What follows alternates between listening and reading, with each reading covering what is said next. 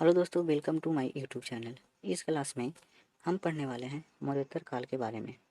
मौर्योत्तर काल में विस्तृत राज्य की स्थापना किन दो वंशों की जाती है, सातवाहन और कुषाण को। शुंग वंश का अंतिम शासक कौन था? तो शुंग वंश का अंतिम शासक देवभूति था। यह गलत है।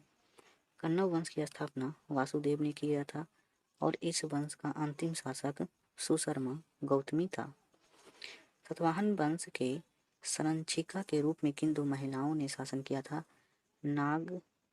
नगनिका और गौतमी। अप्रतिहात चक्र की उपाधि किस प्रारंभिक सातवाहन शासक ने किया था? श्री सतकर्णी ने। अपिलक किस वंश का शासक था? सातवाहन का। किस सातवाहन शासक ने वेना कटक नगर की स्थापना किया और वेना कटक स्वामी की उपाधि भी धारण किया? यह धारण किया गया था गौतमी पुत्र सतकर्णी के द्वारा। किस सातवाहन शासक को दक्षिणा पथेश्वर कहा गया है? वशिष्ठ पुत्र पुल्लुवामी को। दो पतवारों वाले जहाज का चित्र किस शासक के सिक्कों पर मिलता है? यह मिलता है देवभूति के सिक्कों पर। नासिक के बौद्ध संघ को अजाका लिया एवं काले के बौद्ध संघ को करजक नामक ग्राम किस सतवाहन शासक ने दान में दिया था? गौतमी पुत्र सतकर्णी ने। किन्हरी गुहा अभिलेख के अनुसार शक शासक रुद्रदामन ने किस सातवाहन शासक को 2 बार पराजित किया था? वशिष्ठ पुत्र सतकर्णी को। गुन्नाढ्य और सर्ववामन को किस शासक ने संरक्षण प्रदान किया था? सातवाहन शासक हाल ने। मथुरा के क्षत्रप का पहला शासक कौन था? राजबुल था। मथुरा के क्षत्रप कौन था? राजबुल। शकों के 6 रात कुल का सर्वाधिक प्रसिद्ध शासक कौन था? नहपान। शकों ने कंद्रमक कुल का स्थापना किया था। यह किया गया था चपटन द्वारा। गिरनार या जूनागढ़ में सुदर्शन तांगड़ का जीर्णोद्धार करने वाला रुद्रदामन का राज्यपाल कौन था? सुविशाख। रुद्रदामन के शासनकाल में कौन सा स्थल शिक्षा का प्रमुख केंद्र था? उज्जैनी। ईसाई धर्म प्रचारक सेंट थॉमस किसके शासनकाल में भारत आया था?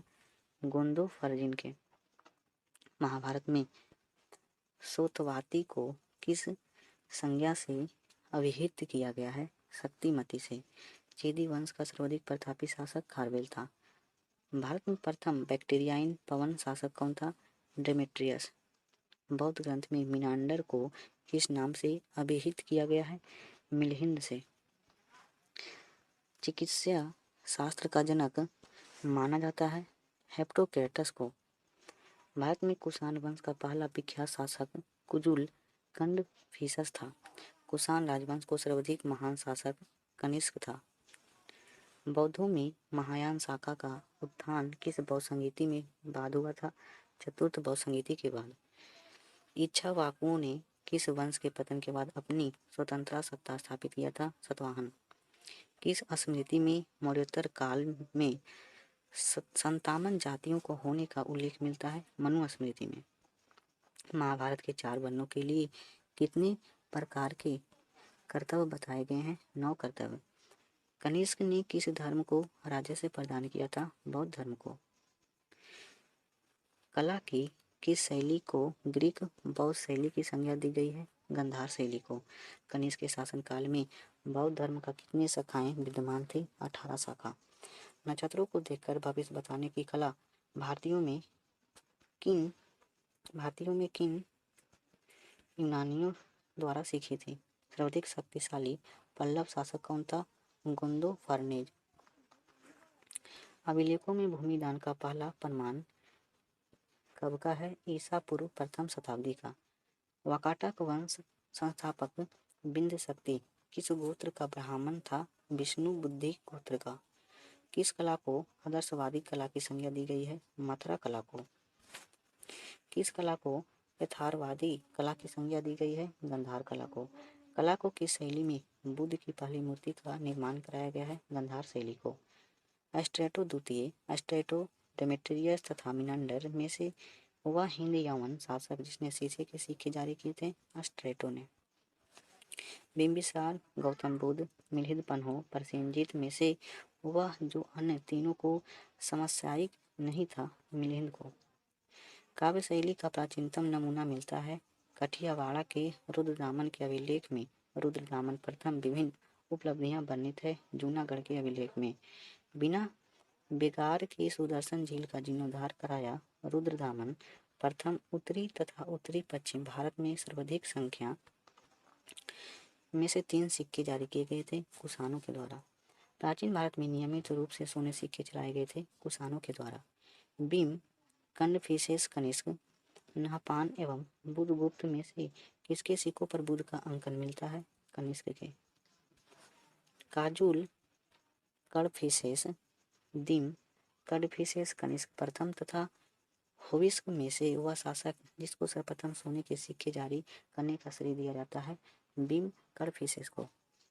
भीम कड़फिशेस, कुजुल कड़फिशेस, कनिष्क, हर्म बीज में वह जिसने भारत में स्वर्ण सिक्के का प्रचलन नियमित उपयोग किया था वह किया गया था भीम कड़फिशेस के द्वारा।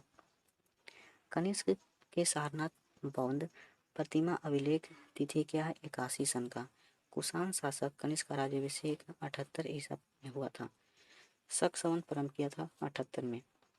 कनिष्क के समकालीन थे अश्वघोष और वासुमित्र दोनों। अश्वघोष चरक, नागार्जुन, पतंजलि में से हुआ जो कनिष्क के दरबार में संबंध नहीं था पतंजलि। अशोक और पार्श्व, वसुमित्र तथा विशाखा दत्त में से हुआ जो कनिष्क के दरबार में नहीं गया था विशाखा दत्त। तक्षशिला विश्वविद्यालय से शिक्षा प्राप्त किया था चरक और जीवक दोनों ने। सुगवंश के बाद भारत का राज्य किया था कण्व वंश ने। पुष्यमित्र शुंग, खारवेल, गौतमपुत्र सतकर्णी, वासुदेव एवं समुद्रगुप्त में से हुआ शासक जो वन व्यवस्था का रक्षक कहा जाता है गौतमीपुत्र सतकर्णी को। मौर्य के बाद दक्षिण भारत में सबसे प्रभावशाली राज्य था सतवाहन का। सिमुख संस्थापक था सतवाहन वंश का। गुप्त वंश, मौर्य वंश, कुषाण वंश में वह शासक जिसने साम्राज्य की सीमाएं भारतीय उपमहाद्वीप के बाहर तक फैली थी कुषाण वंश का। बाल विवाह की प्रथा आरंभ हुई थी कुषाण काल में। कला की गंधार शैली फली फूली कुषाणों के समय। अफगानिस्तान का वामियन प्रसिद्ध था बुद्ध प्रतिमा के लिए जो कला शैली भारतीय यूनानी ग्रीक प्रकृति सम्मिश्रण है उसे कहते हैं गंधार। वह मूर्ति कला जिसमें सदैव हरित सरित चट्टान शिष्ट का प्रयोग माध्यम के रूप में होता था गंधार मूर्ति कला में। प्राचीन काल में हुआ भारत पर आक्रमणों के संबंध में सही कालक्रम क्या है? पहले यूनानी, फिर शक, फिर कुषाण। पहला ईरानी शासक जिसने भारत में कुछ भाग को अपने अधीन कर लिया था डेरियस प्रथम ने।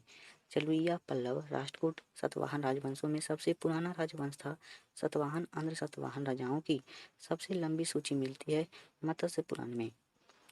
सतवाहनों की राजधानी अवस्थित थी अमरावती और प्रतिष्ठान में। वह ब्राह्मण प्रयुक्त हुआ था गौतम पुत्र सतकर्णी के लिए। राजा खारवेल का नाम जुड़ा है हाथी गुफा लेख के साथ। अशोक हर्ष पुलकेशिन द्वितीय एवं खारवेल में से हुआ जैन धर्म संरक्षक था खारवेल। कलिंग नरेश खारवेल संबंधित है चेदी वंश से। दशरथ, बृहदत्त, खारवेल तथा कनिष्क राजाओं में से वह जिनका जैन धर्म के प्रति भारी झुकाव था खारवेल का। बाल विवाह की प्रथा कुषाण काल में शुरू हुई थी। अफगानिस्तान का वामियान प्रसिद्ध था बुद्ध प्रतिमा के लिए। आंध्र सतवाहन राजाओं में से सबसे लंबी सूची मिलती है मत्स्य पुराण में।